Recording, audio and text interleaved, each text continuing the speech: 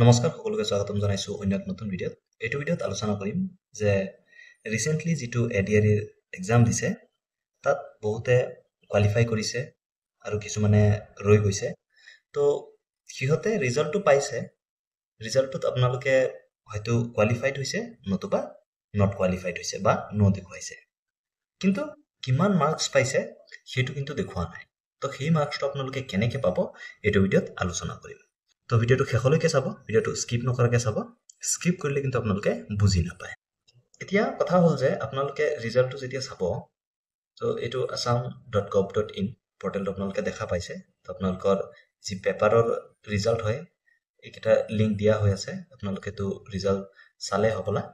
তো যদি আপোনালোকে ৰিজাল্ট চাইছে আপোনালোকে কিন্তু আপোনালোকৰ মাৰ্কসটো গম পোৱা নাই যে আপোনালোকে কিমান পাইছে। যদিও আপোনালোকে ফেইল কৰিছে, ইমপ্ৰুভমেন্টৰ কাৰণে যদি আপোনালোকে বিচাৰে যে মাৰ্কসটো চাওঁ কিমান পাইছে সেইটো আপোনালোকে কিন্তু গম নাপায়। কিন্তু এইটো ভিডিঅ'ত মই ক'ম যে আপোনালোকে সেই মাৰ্কসটো গম পাব যে আপুনি কিমান পাইছে। তো কি কৰিব লাগিব, প্ৰথমতে আপুনি চাওক যে ৰিজাল্টটো যেতিয়া আপোনালোকৰ আহিছে, তো ইয়াত provisionally qualified for the next level test, ইয়াত যদি আপুনি কোৱালিফাই হৈছে তেনে ক্ষেত্ৰত ইয়েছ দেখুৱাইছে, আৰু যদি কোৱালিফাই হোৱা নাই তেনে ক্ষেত্ৰত নো দেখুৱাইছে। আপোনালোকৰো সেম এনেকুৱাই হৈছে, কিন্তু ইয়াত ক'তো মাৰ্কসৰ কথা মেনশন নাই যে কিমান মাৰ্কস পাইছে বা কিমান স্কোৰ কৰিছে। তাৰ কাৰণে আপোনালোকে কি কৰিব লাগিব, তাৰ কাৰণে আপোনালোকে এটা লিংক আছে, সেই লিংকটোত আপোনালোকে ক্লিক কৰিব লাগিব। লিংকটো ক'ত পাব মই আপোনালোকক কম ভিডিঅ'ৰ কোনো এটা পাৰ্টত, তাৰ কাৰণে ভিডিঅ'টো স্কিপ নকৰাকৈ চাব। তো আপোনালোকে সেই লিংকটোত যেতিয়া ক্লিক কৰিব এনেকুৱা এখন ইণ্টাৰফেচ পাব, আৰু ইয়াত আপোনাৰ এপ্লিকেশ্যন নাম্বাৰটো দিব লাগিব, আৰু ইয়াত আপোনাৰ পাছৱৰ্ড যিটো হয় সেইটো দি আপুনি লগইনত ক্লিক কৰি দিব লাগিব। তো লগইনত যেতিয়া ক্লিক কৰি দিলে আপোনালোকৰ এনেকুৱাকে ইণ্টাৰফেচ আহি যাব, আপোনাৰ এপ্লিকেণ্টৰ ইনফৰমেশ্যনখিনি আহি যাব। তাত এপ্লিকেশ্যন নাম্বাৰ থাকিব, তাৰপিছত আপোনাৰ নাম থাকিব, আপোনাৰ ফাদাৰ নেম থাকিব, ডেট অফ বাৰ্থটো থাকিব, আৰু কেটেগৰীটো থাকিব।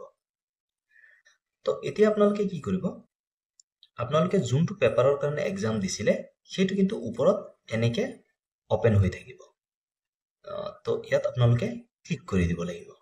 তো যেতিয়া আপুনি ইয়াত ক্লিক কৰি দিব, ক্লিক কৰি দিলে এনেকুৱাকে ইণ্টাৰফেচ আহি যাব।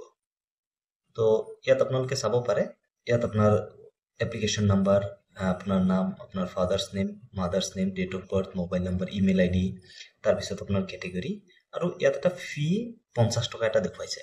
তো এই 50 টকা আপোনালোকে দিব লাগিব। 50 টকা দিলেহে আপোনালোকে কিন্তু এই মাৰ্কসটো চাব পাৰিব বা আপোনাৰ স্কোৰটো আপুনি গম পাব। কাৰণ এইটো এটা OMR এনসাৰ শ্বিটটো আপুনি ডাউনলোড কৰিব লাগিব, আৰু সেইটো এনসাৰ কিৰ লগত আপোনালোকে মিলাই চাব লাগিব।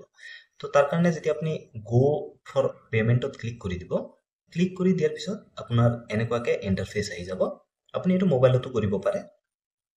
তো আপুনি যদি সেই 50 টকাটো আপুনি ক্ৰেডিট কাৰ্ড দি দিব বিচাৰে বা ডেবিট কাৰ্ড দি দিব বিচাৰিছে তেনে ক্ষেত্ৰত ইয়াত ক্লিক কৰি দিব। যদি নেট বেংকিংত দিব বিচাৰে তেনে ক্ষেত্ৰত ইয়াত ক্লিক কৰি দিব, তাৰপিছত বেংকটো সিলেক্ট কৰি আপুনি পেমেণ্ট কৰি দিব। আৰু যদি আপুনি UPI দি দিব বিচাৰে তেনে ক্ষেত্ৰত ইয়াত ক্লিক কৰি দিব। আৰু আজিকালি সকলোৰে UPI এপ আছেই, তো আপোনালোকে UPI যেতিয়া ক্লিক কৰি দিব এনেকুৱাকে কোড ওলাই আহিব, আৰু যেতিয়া আপুনি শ্ব' কোডত ক্লিক কৰি দিব আপোনাৰ যি QR হয় সেইটো ক্লিয়াৰ হৈ যাব।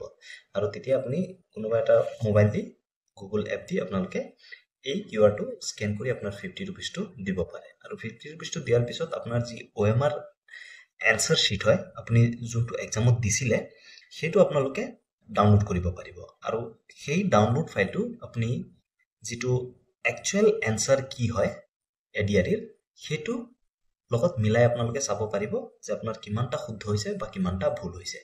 এতিয়ালৈকে তেনেকুৱা স্কোৰ কাৰ্ড অসম চৰকাৰে প্ৰভাইড কৰা নাই, সেয়েহে আপোনালোকে এনেকে নাপাব। সেইকাৰণে আপোনালোকে এইটো মেথডতে আপুনি কিমান স্কোৰ কৰিছে সেইটো গম পাব। আশা কৰোঁ মই আপোনালোকক হেল্প কৰিব পাৰিলোঁ। যদি আপোনালোকৰ কিবা ডাউট থাকে আপোনালোকে কমেণ্ট ছেকশ্যনত সুধিব। ধন্যবাদ। জয় অসম।